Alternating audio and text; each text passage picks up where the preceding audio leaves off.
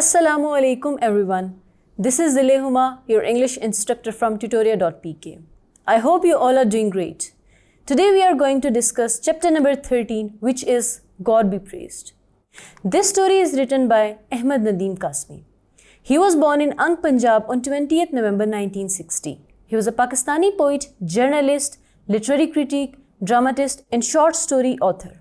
He wrote 50 books on different topics such as poetry, fiction, criticism, journalism, and art. He was a major figure in contemporary Urdu literature. He died in Lahore on 19 July 2006. His major works are Able, Booth, Kapas Ka Phool, Aanchal, Daro Diwar, Sannata, and many more. Now let's move on to the explanation of paragraph number 1, in which there are following complex words. The first difficult word is pomp, which means shan o shokat. In English, it means splendor, showiness, or luxury. The second complex word is turban, which means pagdi in Urdu. In English, it means a man's head covering that consists of a long piece of cloth. The third difficult word is gilded, which means sona chadi, yani ki sona chada hua ho. In English, it means covered or painted with gold. The fourth complex word is brass, which means pital in Urdu. In English, it means a yellow alloy of copper and zinc. The next complex word is third, which means wazni shay girne ki awaaz. In English, it means a dull, heavy sound. The next complex word is gilt, जिसका उर्दू में मतलब है सोने का रंग चढ़ाना. In English, it means covered with gold. The next word is scepter, जिसे उर्दू में छड़ी कहते हैं. In English, it means a highly ornamented rod held by rulers as a symbol of power. The next word is pungent, which means tez. In English, it means sharp or bitter. The next complex word is lingered, which means maujood rehna. In English, it means remained. The next complex word in this paragraph is bulging, which means ubri hui. In English, it means projecting. The next complex word is turquoise, which means feroza. In English, it means the captivating sea green stone of the ancients, which represents wisdom. The next complex word is alias, जिसे उर्दू में उर्फ कहते हैं. In English, it means also known as. The third last word is ablution, which means wuzu. In English, it means ritual washing. The second last word is sermon, जिसे उर्दू में खुतबा कहते हैं.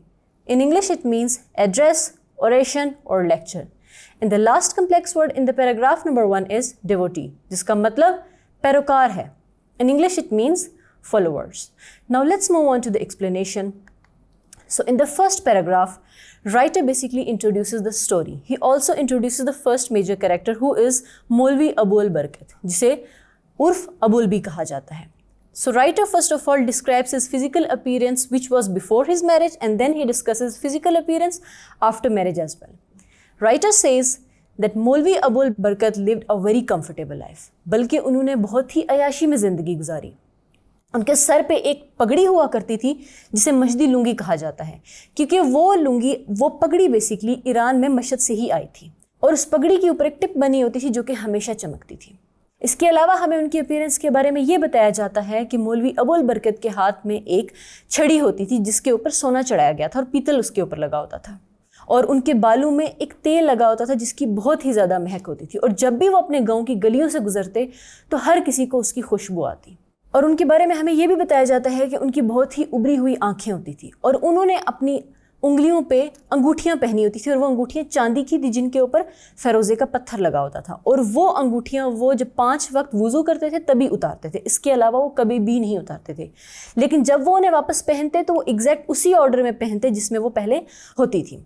और उनके बारे में फिर हमें ये भी बताया जाता है कि वो एक अच्छा नेक इंसान था. इसीलिए जब वो खुतबा देता ईद का तो उसके बाद वो एक थैला लेता जिसमें 150 से 200 रुपये पड़े होते थे, और वो गरीब लोगों में बांटता, और जब गरीब लोग उसको दुआएं देते तो वो उनको कहता कि आप मुझे दुआएं मत दें, अल्लाह ने मुझे क्या नहीं दिया, यानी कि उसने अपने ख़जाने में से हर नेमत मुझे दी है. अगर खुदा पत्थर में एक कीड़े को पैदा कर सकता है और उसको वहाँ खुराक पहुँचा सकता है तो फिर उसने मुझे क्या नहीं दिया. उसने मुझे अच्छी सेहत पुरसुकून ज़िंदगी दी है, उसने मुझे हर वो चीज़ दी है जिसकी एक बंदा ख्वाहिश कर सकता है. यानी कि वो एक शुक्रगुजार करने वाला बंदा था. اور یہاں پہ یہ پیراگراف ختم ہو جاتا ہے. I hope you have understood this explanation very well. Thank you.